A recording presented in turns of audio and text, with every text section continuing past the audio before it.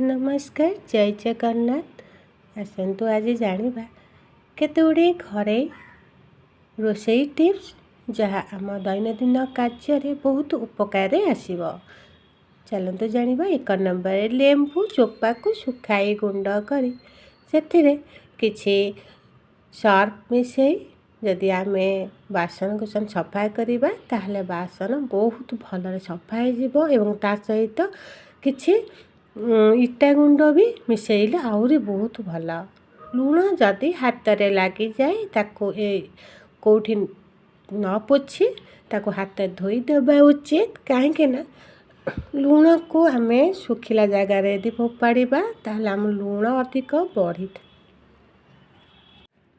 कखारू मंजी थिबा fibre protein खनिज पदार्थ विटामिन एवं एंटी ऑक्सीडेंट आमको अनेक रोगरू रक्षा करे। तेणु कखारू जितेबाला मैं आणुचंती भी किणिकी बा सेमिति भी कखारू मंजू भी मिलूची। तेणु आणिकी ताकू आमे खाइले हमर ये सब प्रोटीन सब बहुत मिली थाए। तेणु या को खाइबा उचित। विटामिन ए मध्य या भितर रहिछि। 4 नंबर गैस को आम गैस प्राय शीघ्र सरी जाए। कहीं सरी जाए देखो किमी सेविंग करवा।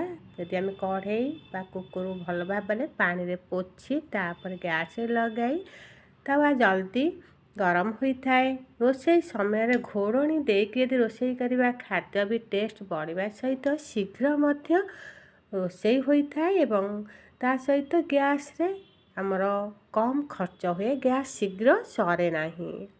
कंचा पियाज किंबा रसुण खाई सारा पर पार्टी को आमको स्मेल बाहरी थाए। तेणु खाई सारा पर टिके चीनी बा अल्प लेंबू रस खाईदेले पार्टी को आउ सी जो स्मेल जो बाहरे नहीं। पोड़ी जाइथिबा पात्र जेपरिक हांडी कढ़ई आमर बेले बेले पोड़ी जाई थाए। तेणु यह सफा करने बहुत कष्ट होता है। तेणु से आम कौन करवा ना पोड़ा बासन अध पानी दे गरम करवा और तापर से पात्र को सफा करदे सहजरे पोड़ा दाग गुड़ाक छाड़ी दे थाए। धनिया पत्र जो सुखी जाऊँगी ताकू आम धनिया पत्र को पानी रे भिजे ताकू पुणी भल भाव पोछि पाछिके ताको बाहर करी 30 मिनट सेमिति रखिला परे देखिबे या जल्दी सुखिबो नाही। 8 नंबर रे पूरी किंबा आम जो छणाछणी जिनस पाई आम छाणुचंती खाया पाई से छाणिला बेले आम कौन करवा ना ता पूर्वरु पेपर किंबा टिश्यू पेपर पके से जगार यदि आम छाणिबा जिनस रखिबा यह द्वारा जो तेल सबू तले शोषी नहीं दे थाए। तेणु यह कले आम तेल मध्य से छणा जिनस बेसी रहे नहीं।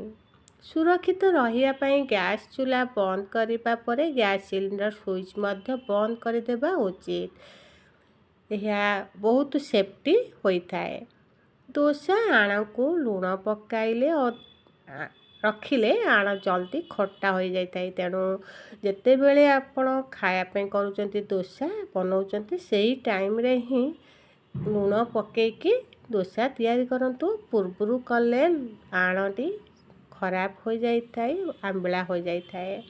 रोषेई घरर बेसिन गैस चूल्हा रोषेई घर सफा करने जदि आपण हल्का गरम पानी रे अल्प वाशिंग पाउडर पकई सफा कले भल भाव सफा हो जाए।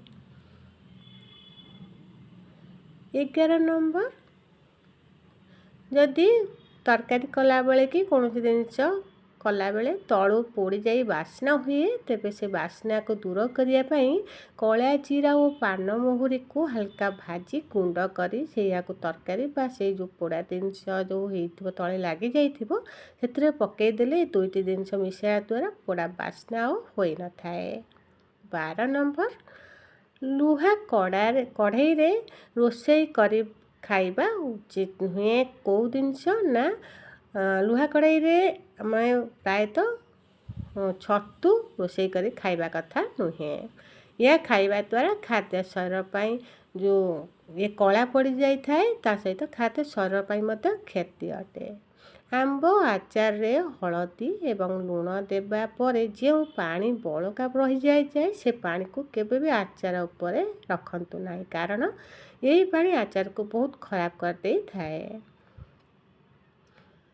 14 ନମ୍ବର, ସୋରିଷ, ଜିରା ଓ ଫୁଟଣ ଗରମ ତେଲରେ ଫୁଟିବା ସମୟରେ ଘୋଡ଼େଇ ଦେବା ଦ୍ୱାରା ଫୁଟଣ ଗୁଡ଼ାକ ଛିଟିକିକି ପଡ଼େ ନାହିଁ। ତା ସହିତ ଆମର ଗ୍ୟାସ୍ ଚୁଲା ମଧ୍ୟ ଅପରିଷ୍କାର ହୁଏ ନାହିଁ, ତେଲ ଛିଟିକା ପଡ଼େ ବି ନାହିଁ।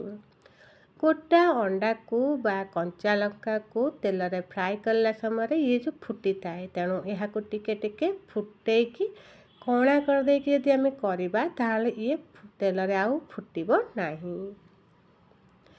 16 ନମ୍ବର, ରୁଟିକୁ ଅଧିକ ଯଦି ନରମ ଓ ଫୁଲା କରିବା ପାଇଁ ଚାହୁଁଛନ୍ତି ତାହେଲେ ଅଟାରେ କିଛି କ୍ଷୀର ମିଶାଇ ଯଦି ଚକୁଡ଼ି ଦେବେ ରୁଟି ପୁରା ନରମ ହୋଇଥାଏ। 17 ନମ୍ବର, ଲେମ୍ବୁକୁ ଅଧିକ ଦିନ ସୁରକ୍ଷିତ ରଖିବା ପାଇଁ ଲେମ୍ବୁ ଗୋଟିଏ ପଲିଥିନରେ ରଖି ଏକ ଟାଇଟ୍ କଣ୍ଟେନର୍ରେ ଷ୍ଟୋର୍ କରି ଫ୍ରିଜରେ ରଖିଲେ ଇଏ ବହୁତ ଦିନ ରହିଥାଏ।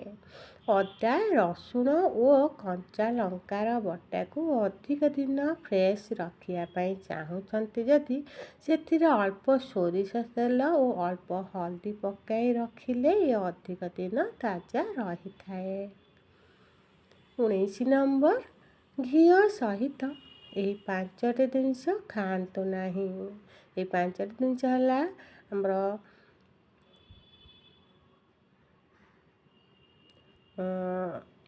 ମହୁ, ମୂଳା, ଦହି, ମାଛ ଏବଂ ଚା ସହିତ ଖାଇଲେ କ୍ଷତିକାର ହୋଇପାରେ, ତେଣୁ ଏହି ଖାଦ୍ୟ ସହିତ କେବେ ଘିଅ ଖାଆନ୍ତୁ ନାହିଁ। ନମସ୍କାର, ଜୟ ଜଗନ୍ନାଥ। ଯଦି ଏ ଭିଡ଼ିଓଟି ଆପଣମାନଙ୍କୁ ଭଲ ଲାଗିଥାଏ ଦୟାକରି ଭିଡ଼ିଓଟି ଲାଇକ୍ ସେୟାର କରିବେ, ତା ସହିତ ଏ ଚ୍ୟାନେଲକୁ ସବସ୍କ୍ରାଇବ୍ କରିବେ ଏବଂ ବେଲ୍ ଆଇକନ୍ଟାକୁ ମଧ୍ୟ କ୍ଲିକ୍ କରିବେ। ନମସ୍କାର, ଜୟ ଜଗନ୍ନାଥ। ଆପଣ ସମସ୍ତେ ଆଜି ଆପଣମାନଙ୍କର ଦିନଟି ବହୁତ ଭଲରେ କଟୁ। ନମସ୍କାର।